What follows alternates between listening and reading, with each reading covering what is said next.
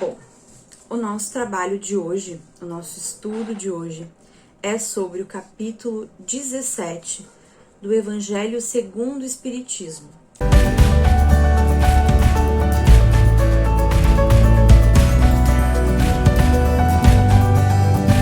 Olá! Sejam muito bem-vindos a mais uma transmissão online da Associação Espírita Teresa d'Ávila. Hoje eu vou fazer uma leitura de harmonização do livro Fonte Viva do Chico Xavier pelo Espírito Emmanuel. E o texto é o 68, Sementeira e Construção. Porque nós somos cooperadores de Deus. Vós sois lavoura de Deus e edifício de Deus. Paulo, 1 Coríntios, capítulo 3, versículo 9. Asseverando Paulo a sua condição de cooperador de Deus e designando a lavoura e o edifício do Senhor nos seguidores e beneficiários do evangelho que o cercavam, traçou o quadro espiritual que sempre existirá na Terra, em aperfeiçoamento entre os que conhecem e os que ignoram a verdade divina. Se já recebemos da boa nova a lâmpada acesa para a nossa jornada, somos compulsoriamente considerados colaboradores do ministério de Jesus, competindo-nos a sementeira e a construção dele em todas as criaturas que nos partilham a estrada. Conhecemos, pois, na essência, qual o serviço que a revelação nos indica, logo nos aproximemos da luz cristã. Se já guardamos a bênção do Mestre, cabe-nos restaurar o equilíbrio das correntes da vida em que permanecemos, ajudando aos que se desajudam, enxergando algo para os que jazem cegos e ouvindo alguma coisa em proveito dos que permanecem surdos, a fim de que a obra do reino divino cresça, progrida e santifique toda a terra. O serviço é de plantação e edificação, reclamando esforço pessoal e de boa vontade para com todos. Porquanto, de conformidade com a própria simbologia do apóstolo, o vegetal pede tempo e carinho para desenvolver-se, e a casa sólida não se ergue num dia. Em toda parte, porém, vemos pedreiros que clamam contra o peso do tijolo e da areia, e cultivadores que detestam as exigências do adubo e proteção à planta frágil. O ensinamento do Evangelho, contudo, não deixa margem a qualquer dúvida. Se já conheces os benefícios de Jesus, és colaborador dele, na vinha do mundo e na edificação do espírito humano para a eternidade. Avança na fé que te foi confiada e não temas. Se a fé representa a nossa coroa de luz, o trabalho em favor de todos é a nossa bênção de cada dia. Que lindo, né? Bom, vamos fazer uma prece então, para nós estarmos conectados. Vem então, amado Mestre Jesus, te pedir as tuas bênçãos. Pedir também a nossa querida irmã Teresa, que nos ampare com sua luz e com seu amor, para que possamos tirar o melhor proveito deste estudo. Abençoa, Senhor, a todas as pessoas deste mundo, a todos os nossos irmãos encarnados, desencarnados. Abençoa, Senhor, a todas as pessoas que estão nos assistindo e nos conduza para o melhor proveito deste trabalho de hoje. E que assim seja. Bom, o nosso trabalho de hoje, o nosso estudo de hoje, é sobre o capítulo 17 do Evangelho segundo o Espiritismo, dos itens 7 a 11. E esse capítulo é intitulado Sedes Perfeitos. Vamos iniciar então com uma reflexão sobre o título deste capítulo. Cristo disse: vá e sedes perfeitos. Com essa sentença, podemos pensar que atingir a perfeição moral é algo muito distante de nós. Como ser perfeito se somos seres imperfeitos? Mas, buscando informações sobre esse termo, em um estudo do Evangelho, em função das traduções das línguas antigas, o sentido mais correto da sentença de Jesus seria algo como cumpra o propósito. O que parece fazer mais sentido diante desse nosso estado evolutivo, do fato de sermos seres imperfeitos e estando em um mundo de provas e expiações. A nossa oportunidade de mais uma vida terrena tem um propósito, que é a nossa reforma íntima e a nossa evolução moral e espiritual. Assim, os espíritos superiores nos trazem, nos itens de 7 a 11 do referido capítulo, algumas instruções para que tenhamos êxito em cumprir o nosso propósito. A primeira instrução é a do dever moral que o homem tem consigo mesmo, primeiramente, e depois com o seu próximo. Cumprimos com o dever moral quando praticamos o amor, a caridade, no nosso dia a dia, em pequenas coisas. Às vezes nós pensamos que essas conquistas morais devem ser grandiosas, mas são as pequenas virtudes diárias, nosso convívio social, com vizinhos, com colegas de trabalho, com nossos familiares,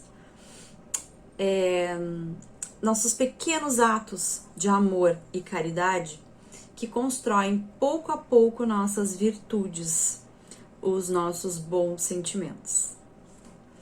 E não nos enganemos, a vigilância constante e a oração nos mantém no rumo certo, porque é muito mais fácil para nós, seres imperfeitos, errar num dia e acertar no outro. Por isso, orai e vigiai. Nós temos o livre-arbítrio para decidir fazer o certo ou fazer o errado. Nós podemos escolher fazer mais fácil ou mais difícil. Nós decidimos. Tá na nossa mão. Mas como saber até onde vai nossa liberdade? Esse livre-arbítrio, como a gente usa? A nossa liberdade tem um limite e é bem simples da gente achar. Esse limite é aonde afeta a felicidade ou a tranquilidade ou até mesmo a liberdade do nosso irmão, do nosso próximo. Aquela frase que diz: trate os outros como você gostaria de ser tratado. Se nós sempre nos colocarmos no lugar dos outros, pensando como seria se aquela situação fosse conosco, nossa chance de não errar com o tratamento dado ao nosso irmão seria grande. Nós sempre acertaríamos. A segunda instrução dos espíritos nesse capítulo é a da virtude. As qualidades essenciais do homem virtuoso são a bondade, a caridade, ser laborioso, ser moderado e modesto. Trazemos no nosso íntimo essas virtudes e algumas pequenas enfermidades morais que nos desarmonizam quando nós nos deixamos levar por elas. O orgulho é o nosso pior sentimento. Ele nos desarmoniza, nos engrandece e nos envaidece. E por isso precisamos trabalhar nossa humildade em todos os momentos, pois ela é a virtude que irá diminuir o nosso orgulho. Eles são antagônicos. A fé espírita nos ajuda a nos manter no prumo. Ela é o nosso norte, a nossa estrela guia, nos conduzindo a boas virtudes, boas ações e boas atitudes para nos manter no rumo certo. A terceira instrução é sobre a prova da autoridade. Deus deu a homens e mulheres fortes a prova da liderança trazendo para um termo mais atual, para que eles pudessem conduzir seus liderados à felicidade. Como assim conduzir à felicidade? Significa conduzir a Deus. Cada pessoa que possui liderança sobre outras pessoas possui uma prova muito grande e suas atitudes serão cobradas como tal.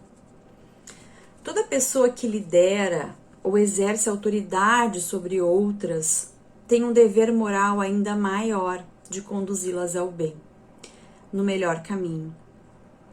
E deverá usar essa liderança para servir e inspirar a todos no caminho de Deus. Os superiores, como diz ali no livro, que são os líderes, por sua força e autoridade, Deus dá essa prova importante de ser ao mesmo tempo humilde e forte, que conduza seus liderados da melhor forma possível, dentro das leis de Deus. Aos inferiores, ditos no texto, ou seja, os liderados, que tenham discernimento de seguir bons exemplos do líder, mas que não os acompanhem em seus maus exemplos.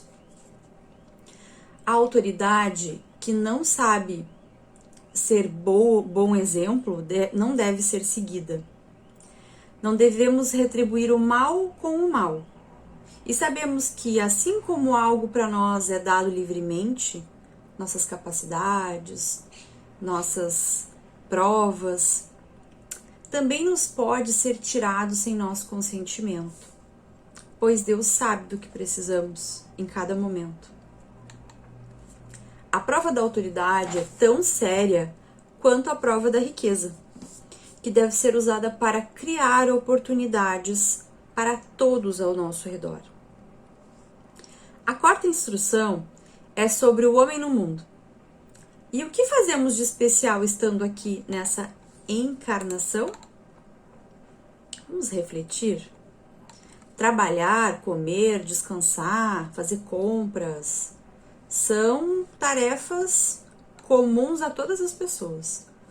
O que nos diferencia? As pessoas gostam de estar perto de nós? Como nós reagimos diante de situações difíceis, tristes, calamitosas? Nós propagamos o bem, a resignação, o espírito de serviço, a solidariedade? Ou do contrário, propagamos o mal, a tragédia, a discórdia, a fofoca? Qual o teu papel na ordem coletiva? Interessante essa reflexão íntima, pois ela nos mostra o tamanho da nossa fé. Nossa fé é exemplo. Nossas atitudes diante dos acontecimentos pode contagiar o nosso próximo. Por isso refletimos sobre qual é o lado que a gente escolhe.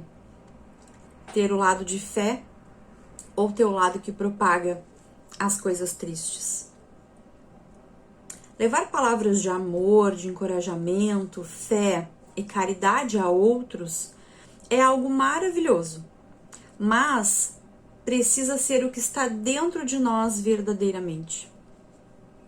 E por isso nossa reforma íntima é tão importante, para que cultivemos nossa fé verdadeira no Senhor, para nós mesmos, primeiramente, e depois para que a gente contagie os nossos próximos. E a última instrução dos espíritos superiores para esse capítulo é sobre cuidarmos do corpo e do espírito. Cuidar da mesma forma e na mesma medida. Nosso corpo é a nossa casa aqui nessa encarnação. Ele precisa estar são e vigoroso. Ele precisa de cuidados para que cumpra com o tempo em que vamos utilizar essa casa aqui para vivenciar as nossas experiências aqui na Terra. Não podemos negligenciar um e cuidar só do outro. o corpo é o instrumento da alma. Então, cuidar da alimentação, fazer exercícios, não cometer excessos, descansar apropriadamente, ter asseio, é cuidar do corpo. Ler, estudar espiritismo, orar, meditar, assistir a palestras, praticar tudo o que se aprende, ser caridoso, bondoso e fazer esforço em domar nossas más tendências é cuidar da nossa alma, do nosso espírito. E assim, finalizamos então o nosso estudo de hoje com estimas de paz a todos os nossos irmãos. Até a próxima!